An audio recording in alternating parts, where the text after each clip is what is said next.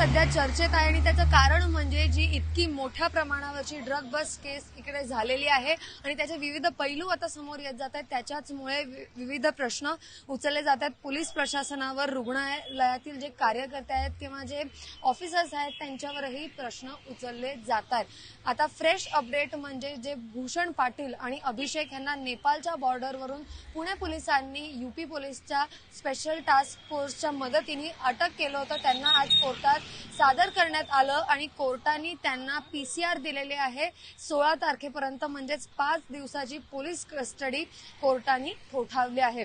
आता जर आपल्याला हे पूर्ण प्रकरण समजून घ्यायचं असेल तर त्याच्या इतिहासात जावं लागेल आणि क्रोनॉलॉजी समजून घ्यावी लागेल, तेव्हा ही जी मल्टी लेवल ड्रग बस्ट केस आहे ती आपल्याला काही प्रमाणात समजता येईल। ऑक्टोबर 2020 मध्ये पिंपरी चिंचवड पोलीस कर्मचाऱ्यांनी सर्वप्रथम ललित पाटील म्हणजे जो की मुख्य गुन्हेगार आहे, जो आता फरार आहे, ज्याला आपण ड्रग माफिया असं म्हणतो, त्याच्यासोबत 21 दुसऱ्या आरोप्यांना अटक केली होती। त्याच्यानंतर तो येरवडा जेल इकडे होता आणि जून 2023 मध्ये त्याला ह्या रुग्णालयात आणलं गेलं जिकडे सध्या आपण उभे आहोत आणि ट्युबरक्युलोसिस आणि हर्नियाची ट्रीटमेंट उपचार त्याला द्यायचं ह्या कारणासाठी त्याला इकडे आणण्यात आलं। त्याच्यानंतर मीनवाईल मुंबई पोलिसांनी नाशिकच्या गावाजवळ छापेमारी केली। तिकडे 133 किलोचा मेफाड्रोन ड्रग, नार्कोटिक्स पदार्थ, अंमली पदार्थ ज्याला आपण म्हणतो, ते जप्त केलं गेलं आणि त्याचं मार्केट व्हॅल्यू जवळपास 300 कोटी इतकी होती। आता हा एक मोठा कॅच झाल्यानंतर हे सगळे डॉट्स जोडले गेले। त्याच्यानंतर 30 सप्टेंबर म्हणजे आता जे ससून रुग्णालयाच्या बाहेर 1.77 kgs म्हणजे ज्याची व्हॅल्यू जवळपास 2.25 कोटी असे अंमली पदार्थ पकडण्यात आले। जो सुभाष मंडल या व्यक्तीकडे हे अंमली पदार्थ पकडण्यात आले। पोलिसांनी त्याला अटक सुद्धा केलं। त्याच्यानंतर हे सगळं समोर यायला लागलं आणि तेव्हा मला तुम्हाला सांगायचं आहे की ललित पाटील ह्याच रुग्णालयात होता, त्याच्यावर उपचार सुरू होते वॉर्ड नंबर 16 इथे। 30 सप्टेंबरला ही घटना घडल्यानंतर पोलिसांनी ही अटक केल्यानंतर लगेच 2 ऑक्टोबरला ललित पाटील जो की मुख्य आरोपी आहे, जो ड्रग माफिया आहे, तो ह्याच रुग्णालयातून फरार झाला। 2 ऑक्टोबरच्या संध्याकाळी 7:40 जवळपास 7:40 ची वेळ होती, त्याला एक्सरे करण्यासाठी घेऊन जात होते आणि तेव्हाच तो फरार झाला।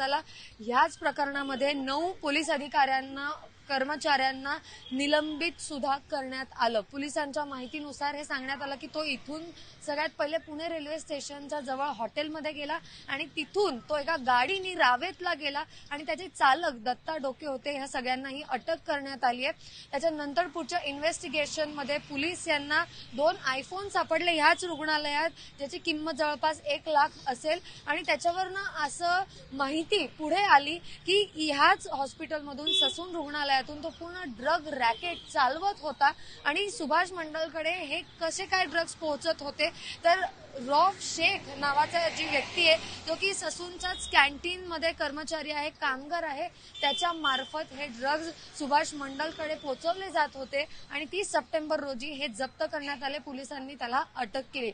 FIR मध्ये सगळ्यांची नावं आहेत, पण 2 ऑक्टोबरला पोलिसांच्या कैदीत असताना, त्याच्यावर उपचार चालत असताना ललित पाटील जो की मुख्य आरोपी आहे, तो फरार कसा होतो ह्याच्यामुळे काही प्रश्न उचलण्यात आले।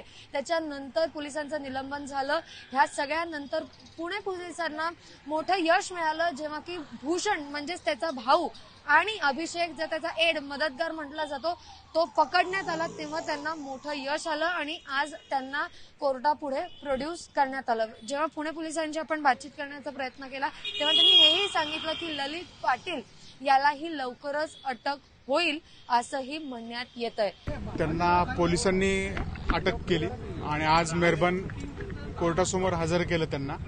त्यामध्ये पोलिसांच्या मागणीनुसार 14 दिवसाची पोलीस कस्टडी मागण्यात आली होती।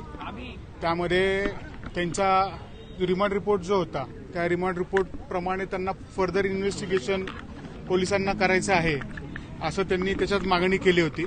तसंच त्यामध्ये अजून त्यांची अशी मागणी होती की बाबा ह्यांची काय इन्व्हॉल्वमेंट आहे, सध्याचे जे काही आरोपी आहेत त्यांची सध्या या क्राईममध्ये काय इन्व्हॉल्वमेंट आहे, कुठल्या काय गाड्या वापरल्या आहेत का, अशी यासाठी त्यांनी 14 दिवसाची पोलीस कस्टडी मागितली होती।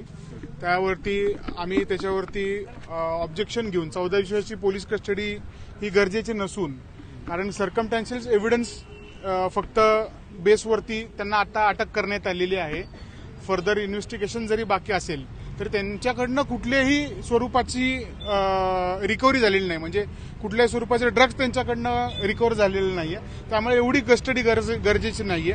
मेहरबान कोर्टाने ऐकलं आणि 16 तारखेपर्यंत त्यांना पीसी देण्यात आलेली आहे. सेक्शन 201 वाढवलं आहे आयपीसीचा, की ज्याच्यात एव्हिडन्स डिस्ट्रॉय करण्याचा प्रयत्न केला आहे असं त्यांनी सांगितलं. आता कुठल्या स्वरूपाचा एव्हिडन्स आहे हा एव्हिडन्स अजून त्यांनी डिस्क्लोज केलेला नाहीये.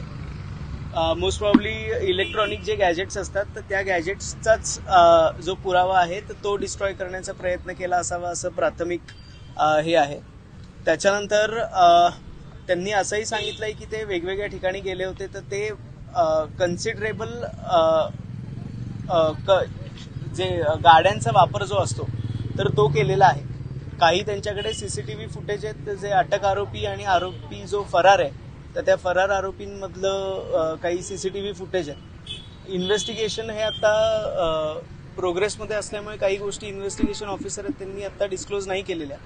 रिमांड रिपोर्टमध्ये जेवढं आहे तर तेवढं आता ही गोष्ट आहे. आरोपी नंबर 1 आणि 2 हे ऑलरेडी अटकेत आहेत, त्यांना बंदगार्डनपासून अटक केली होती आणि सबसिक्वेंट ही अरेस्ट आहे. आरोपी नंबर जो ॲब्स्कॉन्डिंग आहे तर त्याच्या अटकेनंतर बऱ्याचशा गोष्टी क्लिअर होतील.